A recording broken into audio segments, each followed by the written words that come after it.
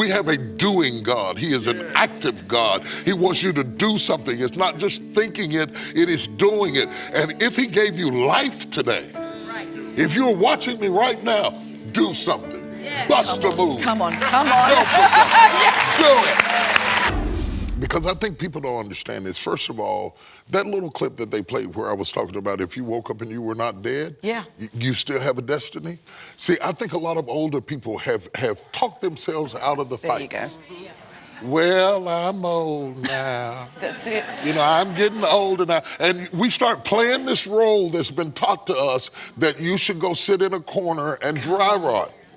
The devil is a liar. A liar. A liar. Come on. I'm not doing it. You have to watch the language that people will infuse upon you, and they'll make you confess things that make you sick.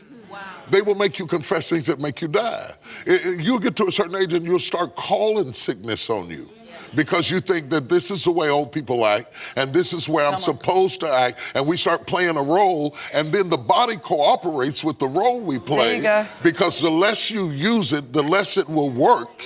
So after a while, you have really talked yourself into dying when God is pumping life into you, life into you, life into you, life into you. Every day, every morning, every day, God is saying, live. And he wants you to live for a purpose. There you go. There is a reason you are still here. He's not just being nice to you. God's letting you live because there's something he wants you to do. Come on. And if you're not dead, you ought to do something. You ought to. You ought to do something every day. Every day. Every day you ought to do something. Move something. Say something. Write something. Speak something. It's never too late to have a destiny. Totally. It's never too late. And so I think that so many times we hung up our guns too soon. Totally. I was talking to Bob Schaefer, you know, and the journalist, and he told me, he said, let me tell you something. He said, don't ever think you're old. He said, everything major that happened to me happened after 65. Whoa. Everything major in his career, in his life, happened after 65. Sometimes we groom ourselves to think a certain way. Look at the men who are serving in Congress at 70 and 75 and 80. Our president is 70. Come on. You know, you're talking, I'm thinking, I was just with my spiritual mother, Joyce Meyer, the other day at 74.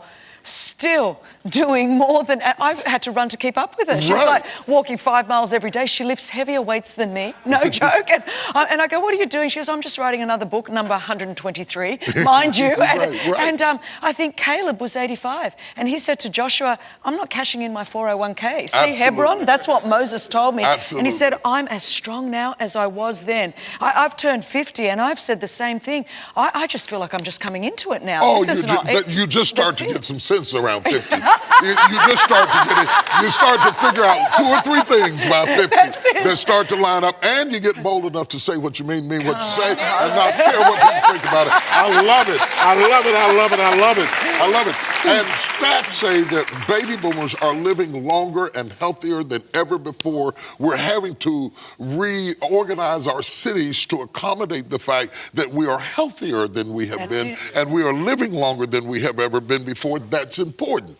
By the same token, when it comes to destiny, we have a generation of young people that were raised in front of Facebook and Twitter and Instagram, and when they cut off all those gadgets, they don't know who they are. Right. And we need to let them know that you have a destiny, that you were created for a purpose, that God has a plan for you.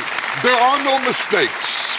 There are no mistakes. There are no accidents. Whether you knew your mother, knew your father or not, you are not an accident. You are not a mistake. God brought you here for a purpose. He has a plan for your life. You got to discover your gifts and get in the game. Roll up your sleeves and start duking. Oh, I'm about to get fired up. Can you just go? See, she and I were talking in the back. She marveled at the fact I started preaching at 19. Yeah. I started preaching at 19. I started pastoring at 22. By the time I was 30 years old, I was on national television around the world. I was 38 years old when I came to Dallas. I'm telling you, it's never too early to start, and it's never too late to start. At every age, you can be productive because there is not. Let me say this one thing because I feel like preaching. Get fired up. The very first thing that God says to man is be fruitful. There you go. The very first thing is be fruitful. Very law of first mention. This is what he expects from you, be fruitful. Every day you breathe, be fruitful. He's still saying the same thing. Now, let me go a little bit deeper and say you can't be fruitful if you're not seedful. Come on. Whoa, yes. Okay? Come on. So when you start talking about destiny, destiny doesn't begin with the fruit, it begins with the seed. There is a seed of greatness in you. There is a seed of greatness in you. It may not be reflected in your finances. It may not look like it. Your friends might not acknowledge it. Your kids might not be speaking to you. Your dog may not even want to come near you and sit on your lap. But if you are here and you are sucking oxygen out of the air, there is a seed in you. There is a seed in you. And if you will nurture it, I don't care if you've been in prison, I don't care if you're watching me from prison right now, I don't care if you have autism, I don't care what they have put on you. There you go. Come out of all of that. Come out of all of that. Come on. There's a seed in you. There's a seed down in you, and just a seed. And this is what God is going to ask us. This is what God's going to ask. In the parable, when the householder went and he left one man a talent, another one he left 2 talents, another one he left 5 talents. When he comes back again, he says to them, what did you do with what I gave you? Whoa, yeah. What did you do with what? They talked. I don't want to hear about who talked about you. I don't want to hear about what your mother did. I don't want to hear about your neighborhood. I don't want to hear about your Aunt Kizzy. I want to know, what did you do with what I gave you? Got a voice? Sing. Come on. Got a pen? Start writing. Got a picture? Take the picture. If you can paint, paint. Whatever God gave you. If you can cook. What did you do with what I gave you? We have a doing God. He is an active God. He wants you to do something. It's not just thinking it, it is doing it. And if he gave you life today, if you're watching me right now, do something. Bust a move. Come on. Go for something. Do it.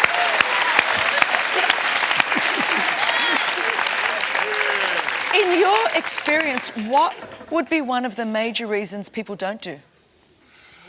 I think that people allow fear to trap them. And it can be the spirit of fear, the need to be accepted. Sometimes we are surrounded by do-nothing people. And in order to fit in, they have lulled you to sleep. Because they didn't like the fact that you were active and that you were energetic and that you were enthusiastic and that you didn't live in the prison of what they expected you to be. Come on. Yeah. I never let nobody put me in a box. Oh, you're a preacher. I said I was a person before I was a preacher.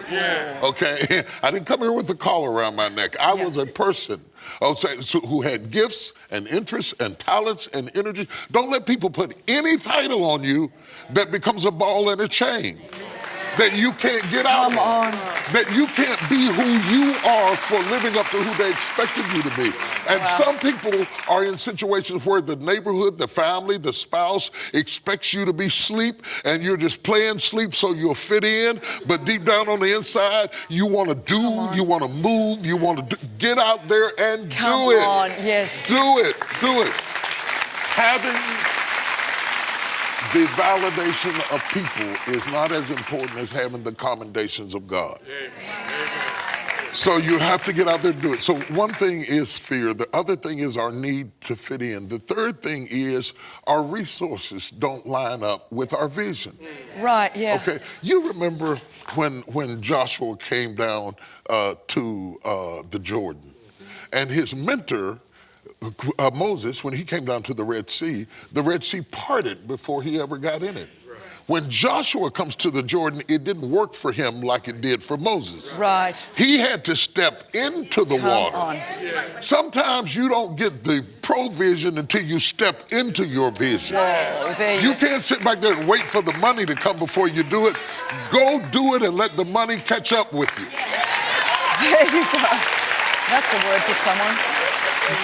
The money will come when you start doing it. The waters will part when you step in it. People will help you. If you start grabbing something too heavy and you start dragging it, somebody will come and help you. Nobody's going to help you sit down and think about it. Get up and do it. At TBN, Our mission is to use every available means to reach as many individuals and families as possible with the life-changing gospel of Jesus Christ. Thank you for helping make the gospel of grace go around the world. Without you, we couldn't do it. God bless you.